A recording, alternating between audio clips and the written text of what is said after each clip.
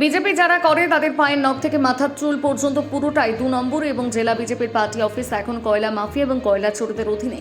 বারাবণী বিধানসভা কেন্দ্রের তৃণমূল মনোনীত প্রার্থী বিধান উপাধ্যায়ের সমর্থনে পানুরিয়া হাসপাতাল মাঠে অনুষ্ঠিত জনসভা থেকে এমনই মন্তব্য করলেন সর্বভারতীয় তৃণমূল কংগ্রেস সাধারণ সম্পাদক অভিষেক বন্দ্যোপাধ্যায়। এদিন তিনি আর কি বলেছেন আপনাদের সামনে তুলে ধরবো এক এক করে।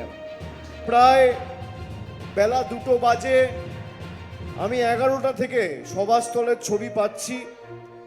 যারা 11টায় সভাস্থলে এসছে, কেউ বাড়ি থেকে 8টায় বেরিয়েছে, কেউ 7টায় বেরিয়েছে, কেউ 8:30টায় বেরিয়েছে, এবং 5 ঘন্টা 6 ঘন্টা ধরে আপনারা বাড়ি থেকে বেরিয়ে, বিশেষ করে মায়েরা সংসারের কাজকর্ম ছেড়ে আজকে শনিবারের দিন দুপুরবেলায় যারা 2টোর সময় সভায় আসে, আমি বিশ্বাস করি তারা বক্তব্য শুনতে বা আমাকে দেখতে আসে না, তারা সিদ্ধান্ত নিয়ে আসে যে আগামী দিন 23 তারিখ লাইনে দাঁড়িয়ে জোড়া ফুলে ভোট দিয়ে চতুর্থবার মামাটি মানুষ সরকার তৈরি করব। আমি প্রত্যেককে যারা আজকে সভাস্থলে এসছে, আপনাদের পায়ে হাত দিয়ে আপনাদের চরণগুলোকে স্পর্শ করে আমি নমস্কার জানাই, আমার কৃতজ্ঞতা জানাই। আপনারা যে ভালোবাসায় আজকে আমাদের আবদ্ধ করেছেন, আমি বারাবণীবাসীর কাছে চিরকৃতজ্ঞ। আমাদের প্রার্থী এখানকার বিধানদার কোনো পরিচিতির প্রয়োজন নেই। আপনারা দীর্ঘদিন ধরে তাকে দেখেছেন, তার অফিস বা তার কার্যালয় অবারিত মানুষের দ্বার। তিনি 3 বারের বিধায়ক এবং তার পিতৃদেব মানিক উপাধ্যায়ও বারাবণী থেকে 2001 সালে তৃণমূলের হয়ে জিতেছিলেন। বর্তমানে বিধানদা আসানসোল কর্পোরেশনের মেয়র হিসেবেও নিষ্ঠার সাথে গত 5 বছর ধরে দায়িত্ব সামলাচ্ছেন। 2021 সালে আমরা 23,457 ভোটে জিতেছিলাম। 2021 সালে আমরা 23,457 ভোটে জিতেছিলাম। 24-এর ফলের নিরিখে দেখতে গেলে 25,000-এর বেশি ব্যবধানে তৃণমূল এখান থেকে জিতেছে। আমার আবেদন যে এবার খালি বিধান উপাধ্যায়কে চতুর্থবার বিধায়ক করলে হবে না, এমনভাবে জেতাতে হবে যারা গুন্ডামি মস্তানি করে ভারতীয় জনতা পার্টির জল্লাদগুলো মানুষকে বঞ্চিত নিপীড়িত করে রেখেছে। আগামী 100 বছর যেন এই বারাবণীর মাটিতে তারা প্রার্থী খুঁজে না পায়। 40,000-এর বেশি ব্যবধানে আপনারা বিধান উপাধ্যায়কে জেতান। এখানের মানুষ তাকে বিধায়ক কম, কেউ নিজের ভাই আর কেউ নিজের দাদা বলে ডাকে। 356 দিন বা বছরের যে কটা দিন রয়েছে, প্রতিদিন পাঁচগাছিয়া পার্টি অফিসে বসে দলমত নির্বিশেষে সকলের সুবিধা অসুবিধার কথা শোনেন, সাধ্যমতো সমাধান করেন। এছাড়াও দলমত নির্বিশেষে সে যে কোনো রাজনৈতিক দলের মানুষ হোক, বর্গ বর্ণ নির্বিশেষে তিনি মানুষকে পৌঁছে দেবার যথাসাধ্য কাজ চেষ্টা করেন। অন্যদিকে ভারতীয় জনতা পার্টির যিনি প্রার্থী অরিজিৎ রায়ের কুকীর্তি সম্পর্কে আমাকে নতুন করে এই বারাবণীর মানুষকে স্মরণ করিয়ে দিতে হবে না। বিজেপির রথযাত্রা চলাকালীন রাস্তার পাশে দাঁড়িয়ে থাকা তৃণমূল কর্মী সমর্থকদের উদ্দেশ্যে গত 5ই মার্চ, আজ থেকে ঠিক 1 মাস আগে, উস্কানিমূলক মন্তব্য করে বারাবণী বিধানসভার প্রার্থী অরিজিৎ রায় একাধিক কুমন্তব্য করেছেন। শুধু তাই নয়, পার্টি অফিসে ডেকে 3 বিজেপি নেতাকে বাঁশ দিয়ে বেধড়ক পেটানো হয়েছে। এটা বলা হয় যে তার বিরুদ্ধে বিজেপির কর্মীরা খুনের হুমকির দায়ের করা মামলাও পুলিশের কাছে জানিয়েছে। অরিজিৎ রায়কে ভোট দেওয়া মানে দুষ্কৃতী রাজ ফিরিয়ে আনাই বারাবণীর মাটিতে। আমি আপনাদের অনুরোধ করব, যারা বিজেপি করে একবার পা থেকে মাথা অবধি এদেরকে ভালো করে দেখুন। পায়ের নখ থেকে মাথার চুল পুরোটাই 2 নম্বরই। আর জেলা বিজেপির পার্টি অফিস এখন তো কয়লা মাফিয়ার কয়লা চোরেদের অধীনে।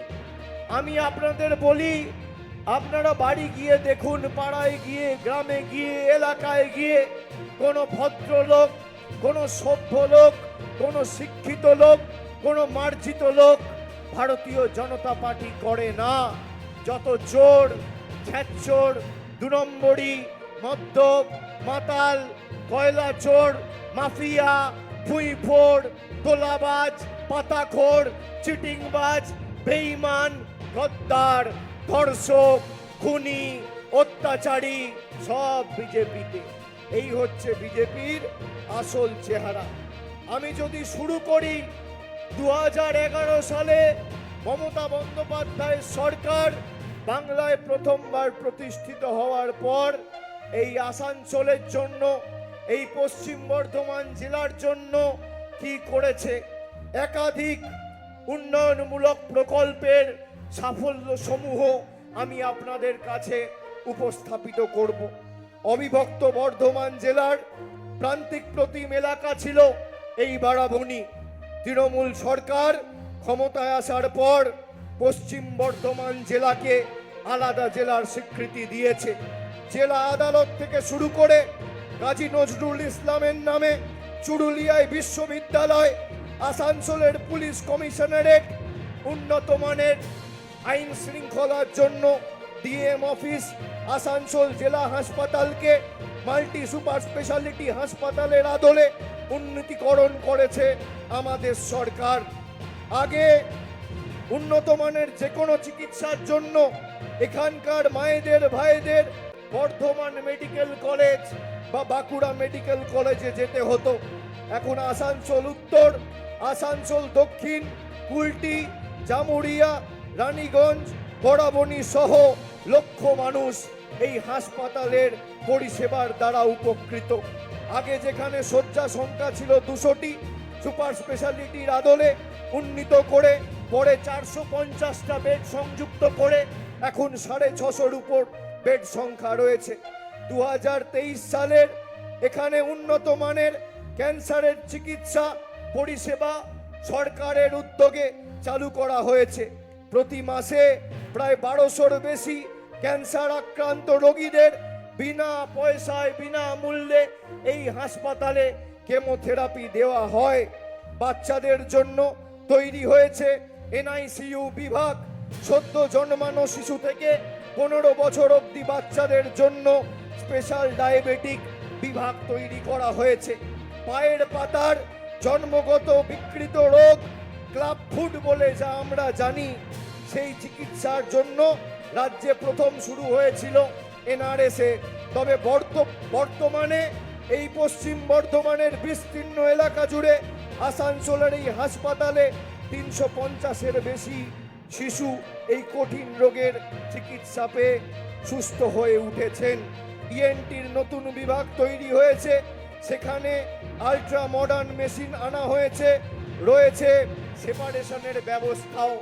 আমি আসানসোল বরাবণীর কিছু পরিকাঠামোগত উন্নয়নের পরিসংখ্যান আপনাদের তথ্য আপনাদের দিলাম, যে নতুন বিশ্ববিদ্যালয়, police commissionerate, multi super speciality হাসপাতাল থেকে শুরু করে একাধিক পরিষেবা আমাদের সরকার গত 15 বছরে এখানের মানুষকে দিয়েছে। এবার আমি আপনাদের বারাবণীতে কত মায়েরা লক্ষ্মীর ভান্ডার পেয়েছেন, কতজন স্বাস্থ্য সাথী পেয়েছেন, কতজন কৃষক বন্ধুতে উপকৃত হয়েছেন, কতজন আবাস যোজনায় বাড়ি পেয়েছেন, কতজন খাদ্য সাথীতে রেশন পেয়েছেন, তাদের পরিসংখ্যানও আপনাদের কাছে দেব। আমার চ্যালেঞ্জ থাকলো যে বিজেপির নেতারা যারা প্রার্থী হয়েছেন তাদের সাথে দিল্লির বহিরাগত যত বড় নেতা আছে আর বুথ স্তরে বিজেপির যদি কোনো কর্মী থাকে তাকেও চ্যালেঞ্জ। আপনারা জায়গা ঠিক করুন, সময় ঠিক করুন, এক প্রান্তে মঞ্চ তৈরি করে আপনি থাকবেন, আর এক প্রান্তে আমি থাকব। আপনি আপনার মোদী সরকারের 12 বছরের রিপোর্ট কার্ড নিয়ে যাবেন, আর একদিকে আমি আমাদের সরকারের 15 বছরের রিপোর্ট কার্ড নিয়ে আসব। আপনি আপনার রিপোর্ট কার্ড মানুষের সামনে পরিবেশন করবেন, আমি আমার রিপোর্ট কার্ড পরিবেশন করব। যদি লেজে গোবরে করে পোকাট্টা করে মাঠের বাইরে না করতে পারি, আমি রাজনীতি করব না। আমার চ্যালেঞ্জ, এই বারাবণীতে প্রতিটা জিপিতে একটা করে কমিউনিটি হল তৈরি করা হয়েছে। খালি বারাবণীর কয়েকটা উন্নয়নের পরিসংখ্যান দিচ্ছি। পাঁচগাছিয়া, মাসেহার বহল থেকে নারাটি কাইপুর, জয়রামডাঙ্গা, কাইটিংডাঙ্গা, রসুলপুর, মাবাইচক, ছালানপুর গ্রাম এবং খাড়কাই হল তৈরি করা হয়েছে। বরাবণী থেকে 19 নম্বর জাতীয় সড়ক সংযোগকারী মূল রাস্তাগুলো কেল্লার মোড় থেকে বারাবণী জুবলি মোড় থেকে গৌরান্ডি পর্যন্ত ঝাঁ চকচকে রাস্তা আমাদের সরকার তৈরি করেছে। বারাবণী ও সালানপুরে 2টি নতুন যুব কর্মতীর্থ হয়েছে। প্রায় 9 কোটি টাকা খরচ করে বারাবণী ব্লকে পুনুরিয়া জিপিতে ওভারহেড জলের ট্যাঙ্ক তৈরি করা হয়েছে। বারাবণী বাজার সম্পূর্ণরূপে নতুন করে সংস্কার করা হয়েছে। সালানপুর স্বাস্থ্য কেন্দ্র ও বারাবণী স্বাস্থ্য কেন্দ্রে আধুনিকীকরণ হয়েছে। 2 স্বাস্থ্য কেন্দ্রেই বেড সংখ্যা বাড়ানো হয়েছে। সালানপুরে আইসিডিএস সেন্টার সংস্কার করা হয়েছে। সালানপুর ব্লকে পাঁচগাছিয়া পঞ্চায়েতের মাঝিপাড়ায় সাবমার্সিবল পাম্প লাগানো হয়েছে। কত মায়েরা লক্ষ্মীর ভান্ডার পান এই বরাবণীর মাটিতে? প্রায় 61,108 জন মহিলা প্রতি মাসে এই বারাবণীতে যে 8টা জিপি রয়েছে, সালানপুরে যে 11টা জিপি রয়েছে, আর চিত্তরঞ্জনের অধীনে যে 33টা বুথ রয়েছে, সব মিলিয়ে শুধু বারাবণী বিধানসভায় 61,000 মহিলাকে আমাদের মামাটি মানুষের সরকার প্রতি মাসে লক্ষ্মীর ভান্ডার দিয়েছে। এই আমাদের রিপোর্ট কার্ড।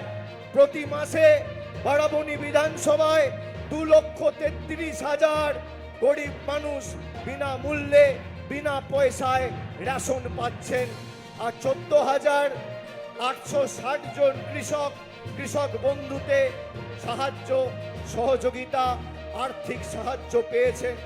যুবসাথী প্রকল্পে মমতা বন্দ্যোপাধ্যায় যখন যুবসাথী ঘোষণা করেছিল, বিজেপির কর্মীরা নেতারা ব্যঙ্গ বিদ্রুপ করে বলেছিল ভোটের আগে ভোট পাওয়ার জন্য ঘোষণা করছে, জীবনে যুবসাথী হবে না।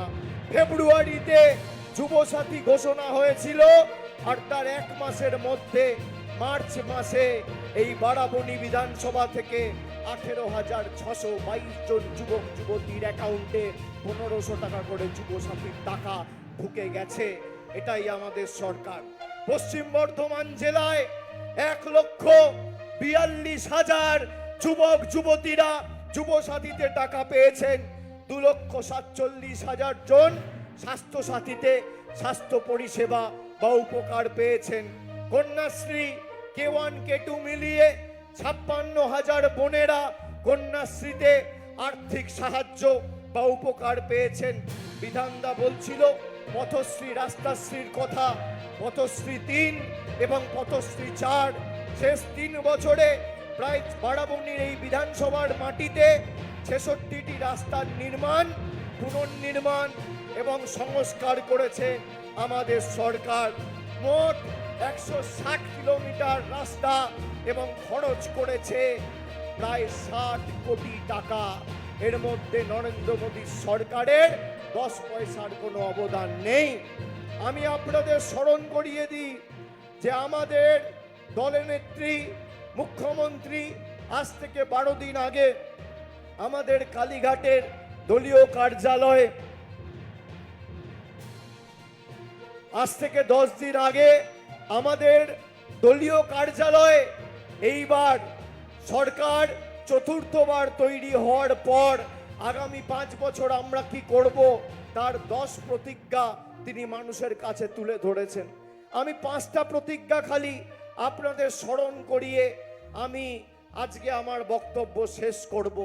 তার মধ্যে প্রথম প্রতিজ্ঞা যে মায়েরা যারা আছেন চিন্তা করবেন না, বিজেপি ভয় দেখিয়ে পাড়ায় পাড়ায় প্রচার করে যে তারা নাকি ক্ষমতা এলে লক্ষ্মীর ভান্ডার বন্ধ করবে, তারা নাকি ক্ষমতা এলে এক পক্ষ বলে লক্ষ্মীর ভান্ডার বন্ধ করব, আর এক পক্ষ বলে লক্ষ্মীর ভান্ডার বাড়াবো। যারা লক্ষ্মীর ভান্ডার বাড়াবো বলে, আমার চ্যালেঞ্জ যে পাশে আজকে বিহার থেকে শুরু করে রাজস্থান, উত্তরপ্রদেশ, মধ্যপ্রদেশ, ছত্তিশগড়, আসাম, গুজরাট, ত্রিপুরা সর্বত্র বিজেপির সরকার। আমার চ্যালেঞ্জ রইল, যদি একটা বিজেপির মুখ্যমন্ত্রী যে আদলে মমতা বন্দ্যোপাধ্যায় পরিবারের সবাইকে 1500 টাকা লক্ষ্মীর ভান্ডার দিয়েছে, যদি বিজেপির কোনো মুখ্যমন্ত্রী করে দেখাতে পারে, আমি তৃণমূলের হয়ে ভোট চাইতে আপনাদের কাছে আসব না। আর আমার দ্বিতীয় চ্যালেঞ্জ, যতদিন মমতা বন্দ্যোপাধ্যায় আছে, দিদির প্রথম প্রতিজ্ঞা, মায়েরা ততদিন লক্ষ্মীর ভান্ডার পাবেন, কেউ আপনাদের লক্ষ্মীর ভান্ডার আটকাতে পারবে না। বাংলার মায়েরা আজীবন বাংলার মাটিতে লক্ষ্মীর ভান্ডার পাবেন। এটা হচ্ছে আমাদের দলের প্রথম প্রতিজ্ঞা। আমাদের দলের দ্বিতীয় প্রতিজ্ঞা, এখানে পানীয় জলের সমস্যা রয়েছে এবং বিভিন্ন জায়গায় ব্লকে পানীয় জলের টাকা, আর্থিক সাহায্য যে কাজগুলো চলছে, কেন্দ্র সরকার টাকা বন্ধ করে দিয়েছে জল জীবন মিশনে। মমতা বন্দ্যোপাধ্যায় প্রতিজ্ঞা নিয়েছে, ঘোষণা করেছে যে 26 থেকে 31-এর মধ্যে বাংলায় যত পরিবার আর বাড়ি রয়েছে সবার বাড়িতে নলবাহিত পানীয় জলের সুব্যবস্থা আমাদের সরকার করবে। আমাদের দ্বিতীয় প্রতিজ্ঞা। আমাদের তৃতীয় প্রতিজ্ঞা, আগামী দিন দুয়ারে দুয়ারে স্বাস্থ্য শিবির হবে। ব্লকে টাউনে স্বাস্থ্য শিবির তৈরি করে মানুষকে উন্নত মানের স্বাস্থ্য পরিষেবা আমাদের স্বাস্থ্য দপ্তর রাজ্য সরকারের তরফ থেকে প্রতি বছর ক্যাম্প করে মানুষকে পৌঁছে দেবে। যেভাবে দুয়ারে সরকার হয়েছে সেভাবে দুয়ারে স্বাস্থ্য শিবির হবে। আমাদের চতুর্থ প্রতিজ্ঞা, যত বয়োজ্যেষ্ঠ প্রবীণ নাগরিক আছেন যারা বার্ধক্য ভাতার আবেদন করেছেন, নিবেদন করেছেন, কেন্দ্র সরকার টাকা দিক না দিক, আগামী দিন বিধান উপাধ্যায় জেতার পর এই বারাবণীর মাটিতে যারা আবেদন করেছেন বা আগামী দিন করবেন, 6 মাসের মধ্যে আপনাদের সবার অ্যাকাউন্টে বার্ধক্য ভাতা পৌঁছে দেবে আমাদের মামাটি মানুষের সরকার, ডাইরেক্ট ব্যাংক ট্রান্সফারের মাধ্যমে। আর আমাদের পঞ্চম প্রতিজ্ঞা, 4টে কি বললাম, এক হচ্ছে আজীবন লক্ষ্মীর ভান্ডার, 2 হচ্ছে বাড়িতে বাড়িতে নলবাহিত পানীয় জল, 3 হচ্ছে স্বাস্থ্য শিবির ব্লকে এবং টাউনে, 4র্থ হচ্ছে বার্ধক্য ভাতা, আর 5ম এই পশ্চিম বর্ধমান জেলায় প্রায় 1.5 লক্ষ মানুষকে গত 2 বছরে কেন্দ্র সরকারের কোনো সাহায্য ছাড়া মমতা বন্দ্যোপাধ্যায়ের সরকার বাড়ি দিয়েছে, মাথার উপর ছাদের ব্যবস্থা করেছে। আমাদের 5ম প্রতিজ্ঞা, কেন্দ্র সরকার টাকা দিক আর না দিক, আগামী দিন সরকার তৈরি হওয়ার পর আগামী 5 বছরের মধ্যে বাংলায় যত পরিবার রয়েছে যার মাথার উপর সত্যি ছাদের প্রয়োজন, সবাইকে বাড়ির টাকা আমাদের সরকার দেবে, বাড়ির ব্যবস্থা আমাদের সরকার করবে। এটা আমাদের দায়িত্ব। এখানে কিছু স্থানীয় সমস্যা আমি শুনেছি, বিশেষ করে বারাবণী ও সালানপুরে জল ছাড়াও জলের একটা সমস্যা রয়েছে, সেটা তো আমাদের প্রতিজ্ঞায় রয়েছে। আমরা কাজ করতে বদ্ধপরিকর, আমরা কথা যখন দিই আমরা অক্ষরে অক্ষরে কথা রাখি। এছাড়াও বারাবণী ও সালানপুর ব্লক মিলিয়ে প্রায় 8-10 হাজার শ্রমিক রয়েছে যারা পাথর ভাঙার ক্রাশার এর কাজের সাথে নির্ভরশীল। এদের সবার বায়ুবাহিত রোগ, যাকে আমরা সিলিকোসিস বলি, হওয়ার সম্ভাবনা থাকে। তার কারণ ক্রাশারে কাজ করতে গিয়ে বা মার্বেল ফ্যাক্টরিতে যারা মার্বেল ভাঙার কাজ করে, পাথর খাদানে বা মার্বেলের কারখানায়, তাদের কিডনি সহ শরীরের একাধিক অর্গ্যান সহ এই সিলিকোসিস হওয়ার সম্ভাবনা থাকে।